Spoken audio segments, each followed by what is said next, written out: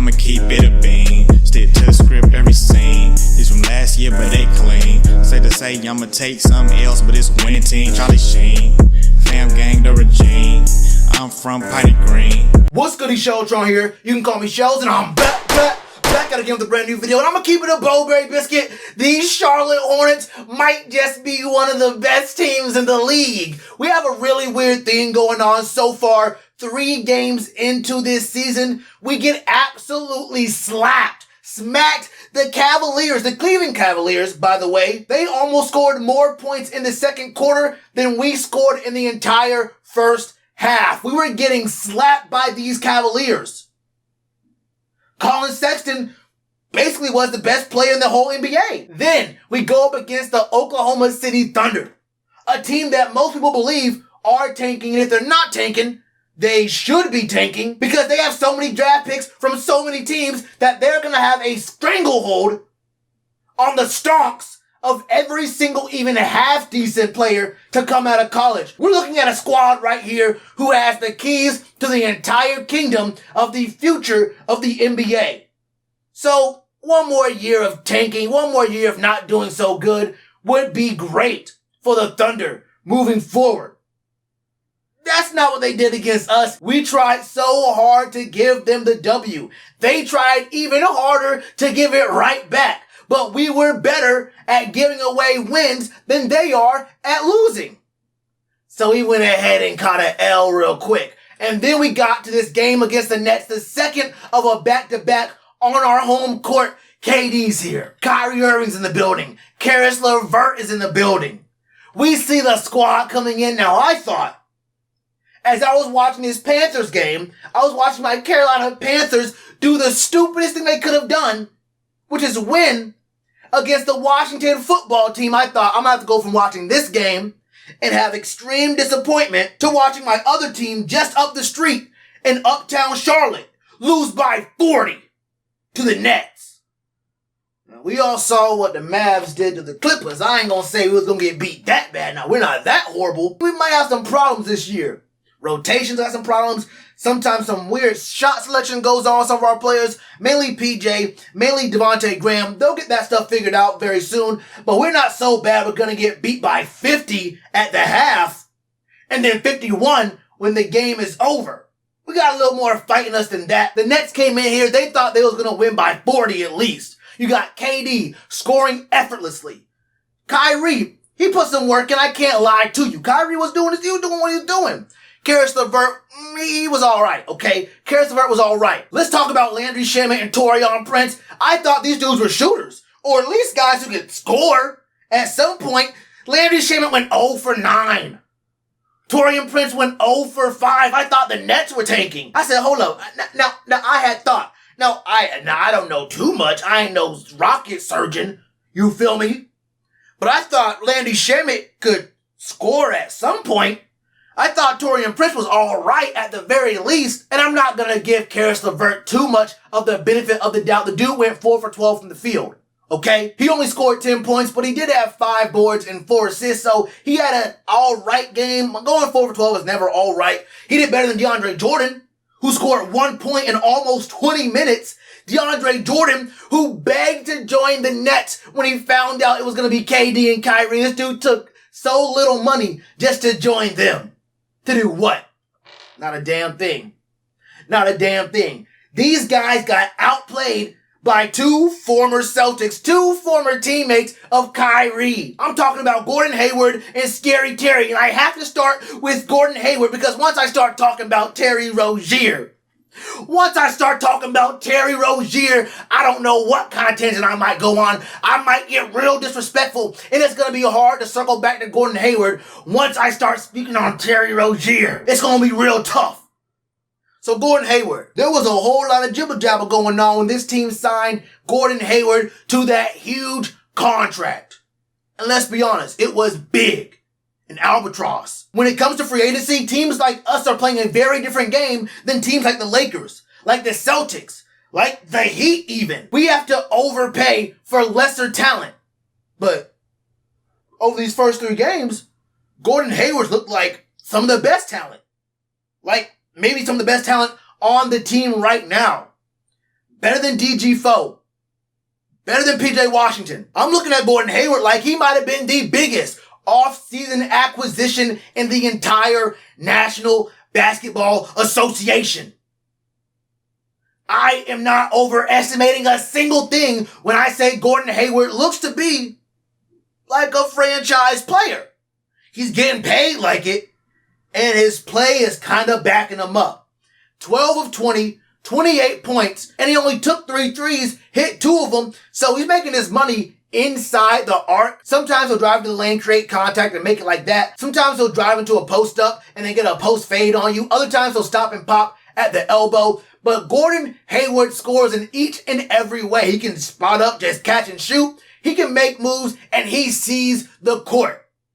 Gordon Hayward has some great court vision. We have a good backcourt between him, Scary Terry, and Melo, which I will get to in a second because Melo, I might start calling him La Mamba. Partially because in that game against the Thunder, he scored his first points at the free throw line, just like Kobe. I ain't gonna lie to you. Whenever we see Melo in the game, which doesn't happen enough, I'll be the first to say it. He's not in the game enough. This man look like La Mamba. He puts in work every second he gets on the court. He is ready to ball. The only problem is Gordon Hayward has also arrived. He looks real. And then Scary Terry. Scary Terry, the very first game of the year, drops 42. 42. 10 for 16. Y'all ain't hear me though. And in this game against the Nets, only the third game of the season, but it's the Nets. You're coming off back-to-back losses to the Cavs and the Thunder. He showed up. 19 points. He was 1 for 7 from 3. We understand that. Sometimes Terry gonna hit them threes. Other times he ain't gonna hit them. He still shot 50% from the field.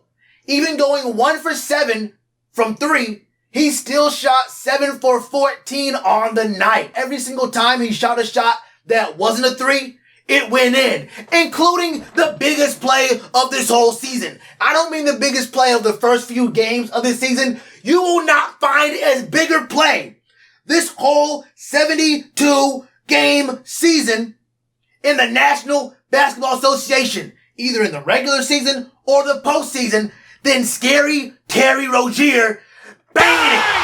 He needs some milk On Kevin Durant. And let's not forget it was Melo who threw that 3/4 court pass to Scary Terry up court. One dribble. Power dribble. Elevate. And he punched it on top of Kevin Durant's bald spot. I saw that thing expand. Kevin Durant ain't brushed his hair in 4.5 years. And I watched as that bald spot blossom. It was something beautiful. Terry Rozier. He said, welcome to Charlotte. And if you think you finna come in here, the Spectrum Center, and try that goofy shit, nah, no sirski. This man Terry Rozier banged it on top of his bald spot. Why did he do it? Such disrespect. Kevin Durant got cooked. Why didn't First Take or Undisputed talk about it? They didn't even bring up the dunk. Or that we beat the Nets. If the Nets would have beat us, though, they would have said, look at the Nets. Why didn't Michael Jordan do this? Oh, LaMelo Ball that. If the Nets would have won, ooh, Kevin Durant and Kyrie look like they really cooking out there. They's a dynamic duo. Look, you see Karen and Burke doing what he doing. They're doing what they doing over there, up there in New York. We won the game and no one wants to talk about it. We beat the Nets after getting smacked by the Cavs and the Thunder, and no one wants to talk about it. Why is that? Riddle me that. This Hornets team looks very exciting. This is a team that can lose to anybody. At the same time, they can win against everybody. And I do mean everybody. I would not be surprised if we beat the Lakers this year. I wouldn't be surprised. I really wouldn't. Would not be surprised if we beat the Celtics. Would not be surprised if we beat the Heat. Considering how good Terry Rozier is playing. Gordon Hayward. Melo. When Melo gets time to get on the court. Now, it's going to be real hard to take out either Terry Rozier or Gordon Hayward to get Melo his time. Because, look. Our backcourt is kind of tough. We got some real good players up there. You feel me? We got some real good playmakers It's not just off guards like Devontae Graham, who struggled here and there. PJ's a forward, but he struggled here and there as well.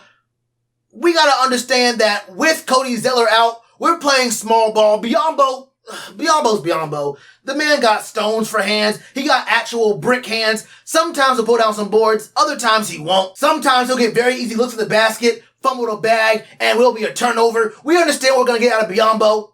Inconsistency. But we need to see PJ Washington and Devontae Graham become consistent. And if either one of those two, not both, if either one of those two becomes a consistent contributor on this Hornets team, on both offense and defense. And I like what I saw from PJ on the rebounding side. He was on the glass all night. One of those two comes up and Melo gets more minutes where he can while we're playing small ball while Cody Zeller is out. Playoffs, here we come. Playoffs, here we come. And look, I know it sounds like I'm forgetting about Miles Bridges. I am not forgetting about Miles Bridges. I don't want to disrespect the man, but the thing about Miles Bridges is I just don't know what I'm going to get out of him. And it's real confusing. I don't know if he's a good player who sometimes plays bad, or if he's a bad player who teases us just enough to make you think he's right on the cusp of his potential. I don't have a read on Miles Bridges. I think he's ascending. But sometimes I get the feeling that I'm getting tricked. I don't know why that is. I feel like I'm getting tricked sometimes. When it comes to Miles Bridges, I'm more on a wait and see policy with him. I'm cooling in the back. Let's just see what happens. That's how I feel about it, man. Let me know all your thoughts on the Hornets absolutely crushing the Brooklyn Nets in dominating fashion. 106 to 104. Let me know all your thoughts in the comments below. And you already know what to do with that like button. Cheers to you, appreciate the chance. Been told y'all I been the man. Been told y'all I had the gift. Tell a friend to tell a friend. Real ones gonna recommend. Count this as another win.